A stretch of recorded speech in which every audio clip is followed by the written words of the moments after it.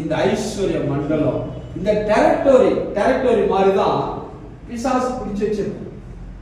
சுகம் அது ஒரு டெரிட்டரி, வெல்த் அது ஒரு டெரிட்டரி, பிளெஸிங்ஸ், ப்ராஸ்பரிட்டி, இதெல்லாம் மெட்டீரியலான பிளெஸிங் எல்லாம் யார் பிடிச்சு வச்சிருக்கா? பிசாசு. இப்போ நான் போய் அது என்னுடையதான் நின்னா அவன் அங்கிருந்து போயே ஆகணும், போவான்னு சொல்ல முடியாது. ஏன்னா இப்போ அந்த கண்ட்ரிக்கார வந்து இந்தியாவுடைய பார்டர் பிடிச்சு வச்சிருக்கான், கரெக்ட். ஆளு போகாத வரை பிடிச்சு வச்சிருப்பான். எப்போ இந்தியன் ஆர்மி அங்க போறாங்களோ அவன் போயாகும். ஆமென். பிசாசு காலகாலமா இந்த பவுண்டரிலாம் புடிச்சிருக்கான். வெல்த் என்ற பவுண்டரி கிறிஸ்துவுக்கு கிடையவே கிடையாது.